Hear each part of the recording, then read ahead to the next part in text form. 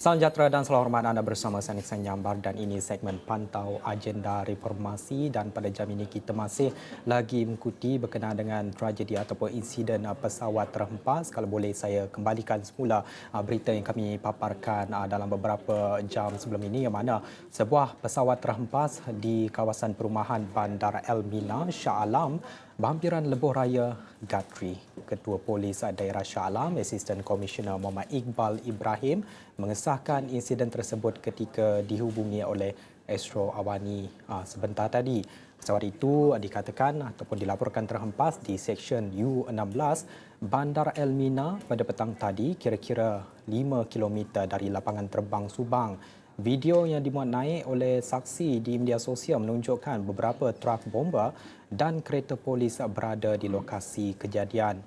Beberapa video tular juga memaparkan sebuah motosikal dalam keadaan terbakar akibat terjatuhnya pesawat itu dan difahamkan terdapat beberapa mangsa terkorban dalam nahas berkenaan. Pesawat itu juga dipercayai terhempas ketika dalam perjalanan dari Langkawi ke Subang.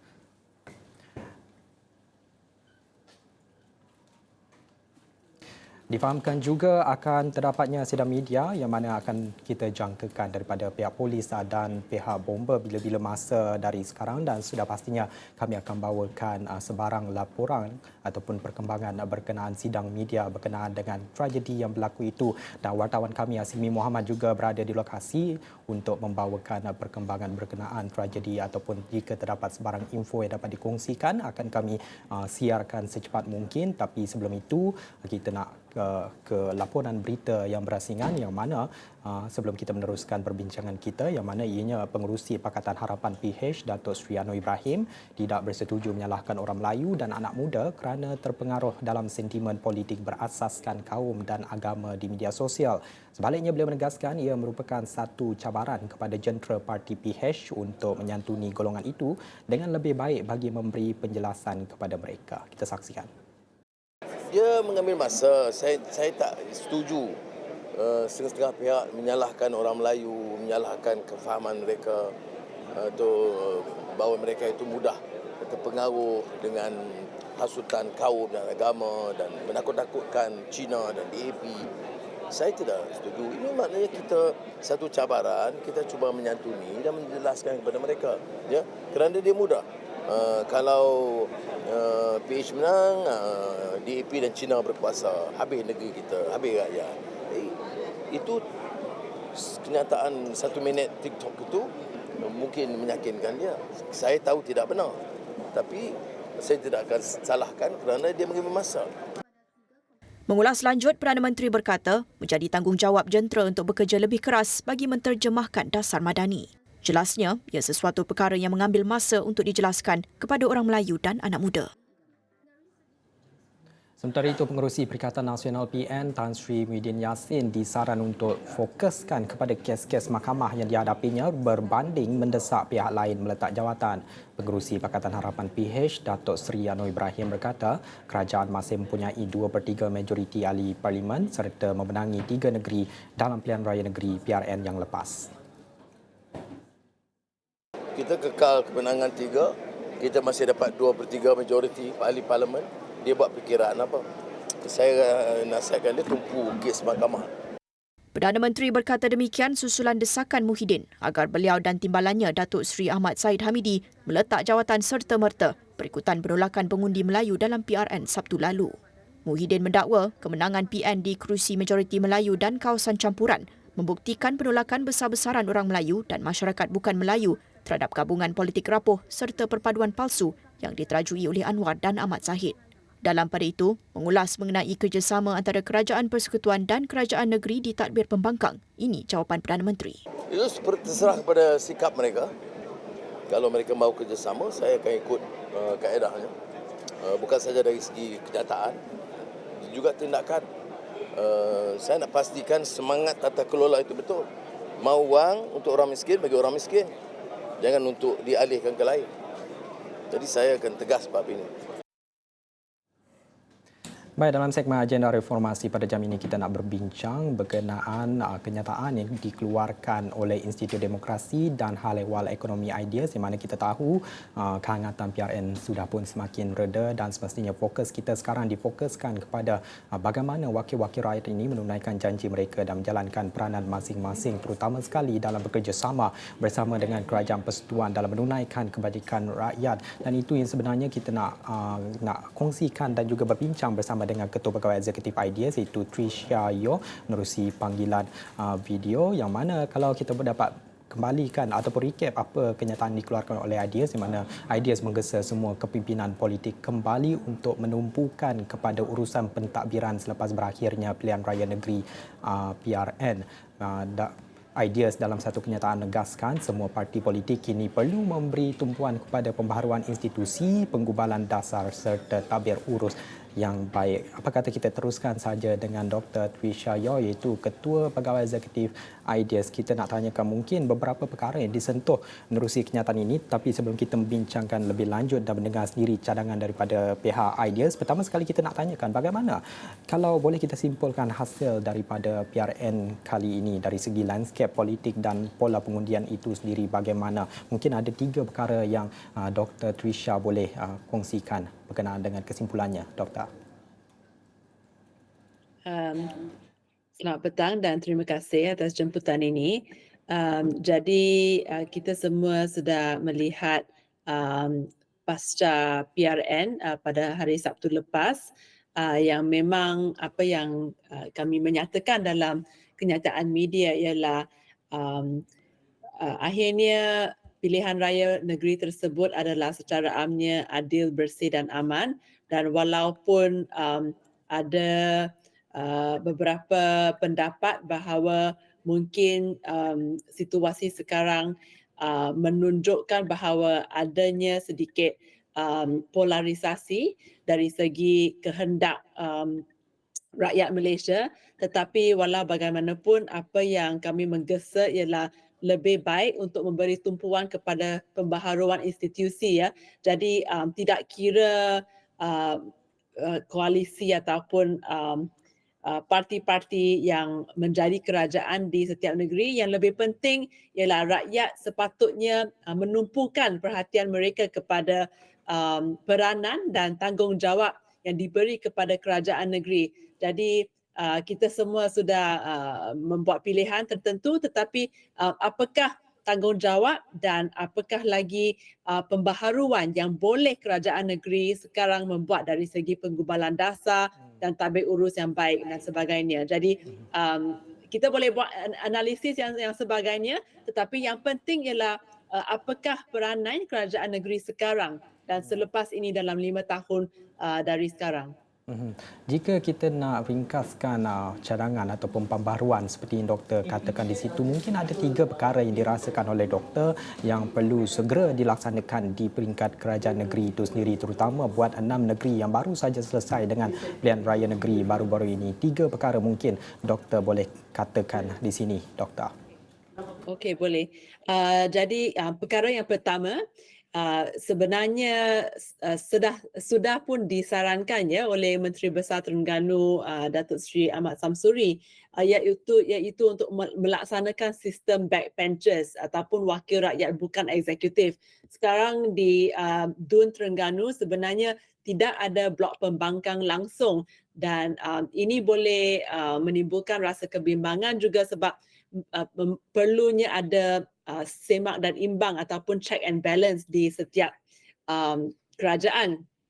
Jadi sistem backbenchers ini adalah di mana backbenchers mereka yang bukan eksekutif perlu lebih bersiap sedia dalam pengawasan mereka bagi memastikan kerajaan negeri lebih bertanggungjawab. Yang perkara kedua ialah kami juga mengesyorkan agar jawatan kuasa pilihan khas parlimen dibentuk dan diinstitusikan di peringkat DUN di setiap negeri.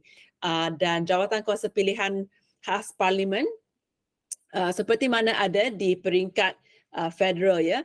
Tapi ini lebih satu lagi lapisan semak dan imbang, dan boleh menjadi satu platform untuk masyarakat sivil, CSO dan sebagainya, dan pakar untuk memberikan input.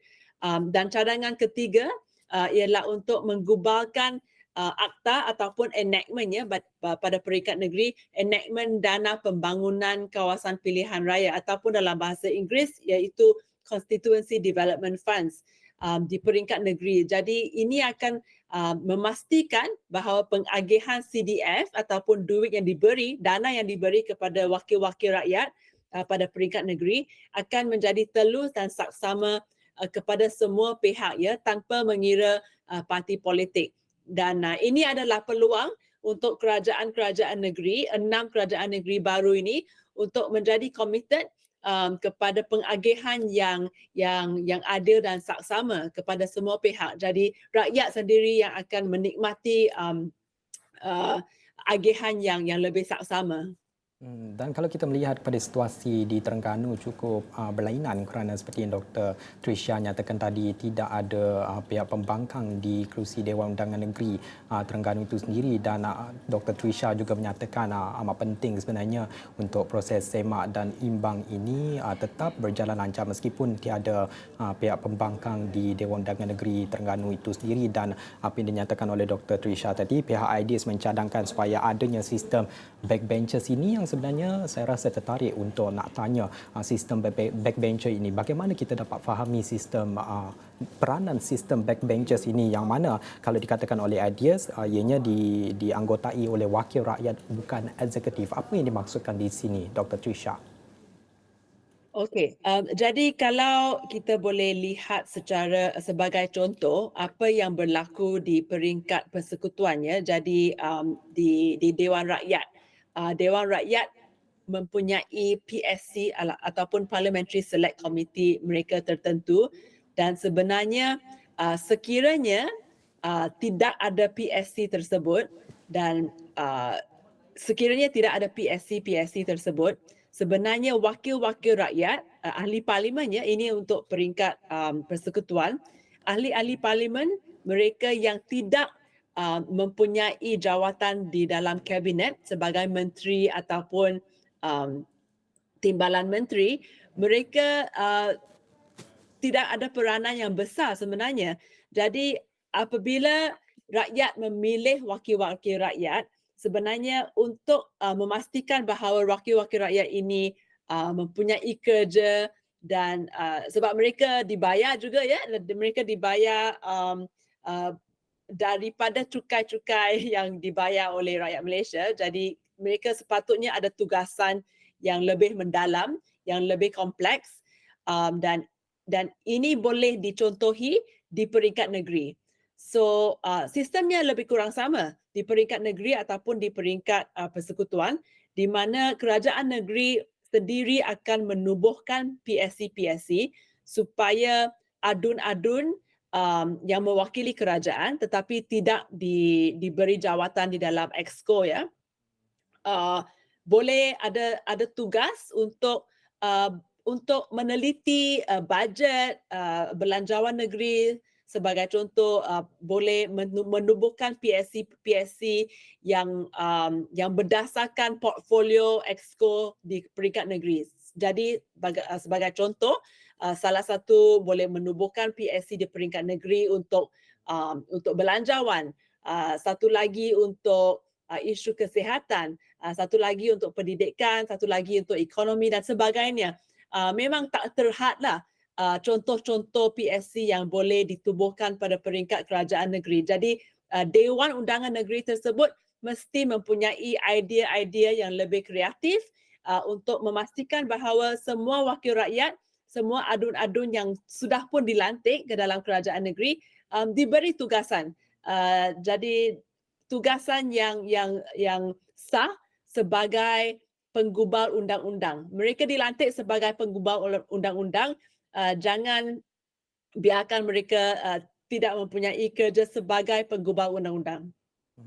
Ideas antara lain juga turut menyatakan bahawa pentingnya untuk memberi tumpuan kepada pembaharuan institusi, penggubalan dasar dan tadbir urus yang baik. Semoga itu kedua-dua kerajaan dan pembangkang di peringkat persekutuan dan negeri juga memainkan peranan penting dalam memastikan tadbir urus dan pentadbiran yang baik bagi negara secara keseluruhannya dan negeri masing-masing. Kalau kita lihat dari segi jurang hubungan antara kerajaan negeri dan juga kerajaan persekutuan, meskipun landscape politik kita sudah pun menunjukkan peralihan sedikit dari segi pemikirannya, tapi bagaimana sebenarnya jurang ini dapat dirapatkan dan juga sinergi antara kedua-dua kerajaan negeri dan juga kerajaan persekutuan ini dapat dipacu sinerginya agar segala perkara yang menyentuh kepada kebajikan rakyat dapat diberi tumpuan 100%, Dr. Trisha. Jadi dulunya pada peringkat persekutuan sebenarnya ada satu PSC yang ditubuhkan, namanya ialah State Federal Relations PSC ataupun dalam bahasa Melayu perhubungan negeri persekutuan ataupun perhubungan persekutuan negeri. Tujuan PSC tersebut ditubuhkan adalah untuk memastikan bahawa hal ehwal yang memang ada overlap di antara kerajaan persekutuan dengan kerajaan negeri dan masalah-masalah yang timbul boleh dicari penyelesaiannya pada peringkat PSC. Sebagai contoh adalah tentang isu tanah. Sebab tanah itu sebenarnya di bawah kawal selia kerajaan negeri. Tetapi sekiranya ada cadangan daripada Kementerian Pendidikan untuk membuat sekolah baru di sesuatu negeri, soalannya ialah adakah kementerian mesti membeli tanah tersebut daripada kerajaan negeri ataupun kerajaan negeri memberi sahaja tanah tersebut kepada kerajaan persekutuan. Itu adalah salah satu contoh. Contoh kedua adalah contoh yang mungkin ramai orang memang sudah tahu tentang isu royalti minyak. Jadi royalti minyak ini adalah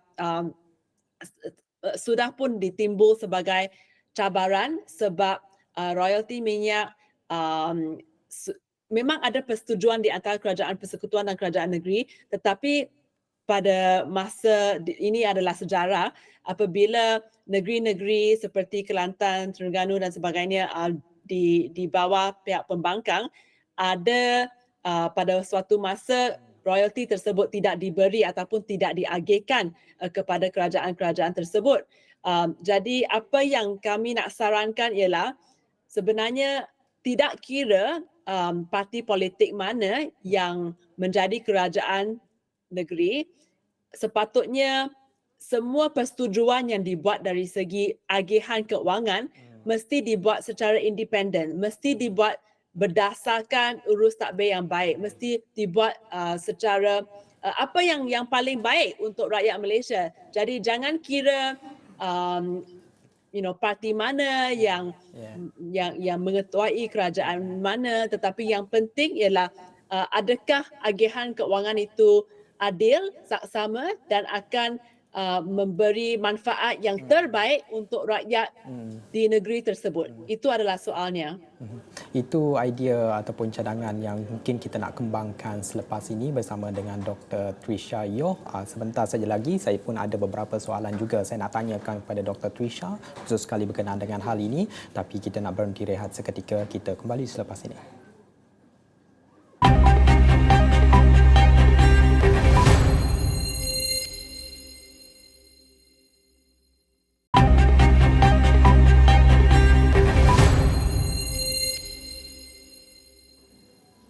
Baik, bertemu semula dalam segmen Agenda Reformasi, tapi sebelum kita nak meneruskan perbincangan sekali lagi bersama dengan Dr. Trisha Yoh, itu Ketua Pegawai Eksekutif Ideas, kita masih lagi nak membawakan kepada anda kemas kini berkenaan dengan insiden ataupun tragedi kapal pesawat terhempas, yang mana ini adalah kenyataan yang dikeluarkan oleh CAAM, yang mana pihak berkuasa Penerbangan Awam Malaysia CAAM mengesahkan seramai 6 penumpang dan 2 anak kapal berada dalam pesawat jenis Beechcraft model 390 Premier 1 yang terhempas di Elmina, Shah Alam pada Khamis.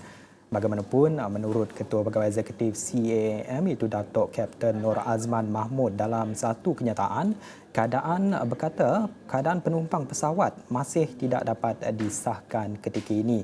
Jelasnya pesawat terbabit yang dioperasikan oleh Jet Valet Sdn Bhd berlepas dari lapangan terbang antarabangsa Langkawi pada jam 2.08 petang menuju ke lapangan terbang Sultan Abdul Aziz Shah.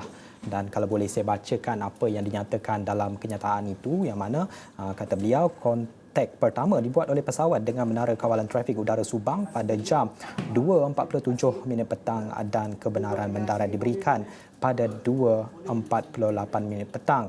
Pada jam 2.51 petang, Menara Kawalan Trafik Udara Subang memerhati asap dari lokasi nahas, namun tiada panggilan Mayday dibuat oleh pesawat, jelas beliau. Jadi ini adalah merupakan kenyataan yang dimuat naik oleh CAAM berkenaan dengan tragedi ataupun insiden berkenaan dengan pesawat terhempas di Elmina, Shah Alam. Kalau boleh saya sambungkan semula apa yang dinyatakan menerusi paparan artikel yang kami muat naik di astroawani.com. Katanya susulan itu Kuala Lumpur Aeronautical Rescue Coordination Centre KLARCC diaktifkan untuk menyelaraskan operasi mencari dan menyelamat, manakala siasatan ke atas insiden berkenaan akan dijalankan oleh Biro Siasatan Kemalangan Udara bawah Kementerian Pengangkutan. Terdahulu, video dimuat naik oleh saksi di media sosial menunjukkan beberapa bahagian pesawat serta sebuah motosikal terbakar di jalan berhampiran kawasan perumahan Seksyen U16 Elmina, Shah Alam. Jadi ini adalah perkembangan terbaru berkenaan dengan insiden pesawat terhempas di lokasi yang kami nyatakan tadi, itu di Elmina, Shah Alam, dan difahamkan juga akan berlangsungnya sidang media daripada pihak bomba dan juga pihak polis bila-bila masa dari sekarang, dan kami di Asrawani ini akan terus menanti dan akan terus bawakan kepada anda secepat mungkin sebarang perkembangan dengan berkenaan dengan nahas tragedi ataupun nahas kejadian ini. Dan wartawan kami itu Hasimi Muhammad telah pun kami kerahkan ke lokasi kejadian untuk membawakan perkembangan berkenaan, dan saya kira itu sahaja masa yang ada untuk kita dalam perbincangan kita dalam segmen Pantau Agenda Reformasi, dan selepas ini mungkin kita akan bawakan kepada anda terus berkenaan dengan insiden pesawat terhempas di Elmina, Shah Alam. Saya kira itu sahaja. Salam hormat.